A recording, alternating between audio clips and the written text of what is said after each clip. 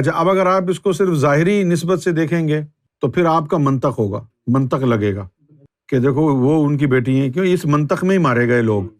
پھر آپ چلائیں گے لاجک، منطق چلائیں گے، دیکھو بھائی بی بی فاطمہ کو کہا کہ وہ میرے جگر کا ٹکڑا ہے، تو پھر بیٹی تو رقیہ بھی تھی، بیٹی تو ام کلثوم بھی تھی، ان کے لیے بھی یہی فیلنگز ہوں گی حضور کی۔ نہیں، ایسا نہیں ہے، یہاں منطق نہیں چلتا۔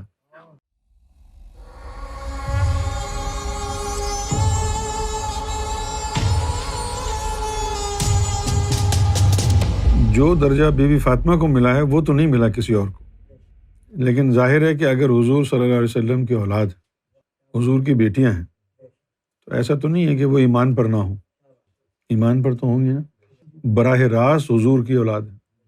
اب ظاہر ہے کہ جو بی بی فاطمہ کو درجہ ملا ہے وہ درجہ تو باقی بیٹیوں کو نہیں ملا، لیکن اس میں جو ہے اللہ تعالیٰ کی رضا بھی تو شامل ہوتی ہے نا۔ اللہ تعالیٰ نے ان میں سے بی بی فاطمہ کو فخر دینا چاہا تو یہ حضور کا اپنا تو فیصلہ نہیں تھا نا۔ بھئی اگر ایک باپ کے طور پر دیکھا جائے تو باپ کا تو دل یہی چاہے گا کہ جتنی بھی اولاد ہے سب کو سلطان الفقراء بنا دے، نہیں؟ لیکن بی بی فاطمہ سلطان الفقراء تھیں، یہ فیصلہ حضور کا تو نہیں تھا، یہ تو اللہ کا فیصلہ تھا نا۔ بی بی فاطمہ کو سلطان بنایا اللہ نے بنایا نا، حضور نے تھوڑی بنایا۔ اور حضور نے جو یہ کہا، اچھا میں اگر آپ کو ایک بات بتاؤں تو ہو سکتا ہے کہ آپ کو پھر جو ہے وہ ایک نیا پرسپیکٹیو مل جائے۔ بھئی جب حضور نے یہ فرمایا تھا کہ فاطمہ میرے جگر کا ٹکڑا ہے، جس نے اس کو تکلیف دی اس نے مجھے تکلیف دی، تو اس سے کیا مراد ہے یہ بھی تو سمجھنا ضروری ہے نا۔ اب جگر کا ٹکڑا ہے تو اس سے تو آپ یہ سمجھتے ہیں کہ بھئی اپنے اولاد کی وجہ سے کہہ رہے ہیں، ان کا خون ہے، تو ان کا خون تو باقی اور بیٹیاں بھی تھیں، ان کے لیے تو نہیں کہا۔ جو یہ کہا ہے نا کہ میرے جگر کا ٹکڑا ہے فاطمہ، یہ باطنی بات ہے کہ ان کے طفل نوری سے ان کا طفل نوری نکلا ہے، اس طرف اشارہ ہے۔ اچھا، اب اگر آپ اس کو صرف ظاہری نسبت سے دیکھیں گے تو پھر آپ کا منطق ہوگا، منطق لگے گا کہ دیکھو وہ ان کی بیٹی ہیں، کیوں اس منطق میں ہی مارے گئے لوگ۔ پھر آپ چلائیں گے لاجک، منطق چلائیں گے، دیکھو بھائی بی بی فاطمہ کو کہا کہ وہ میرے جگر کا ٹکڑا ہے، تو پھر بیٹی تو رقیہ بھی تھی، بیٹی تو ام کلثوم بھی تھی، ان کے لیے بھی یہی فیلنگز ہوں گی حضور کی۔ نہیں، ایسا نہیں ہے، یہاں منطق نہیں چلتا۔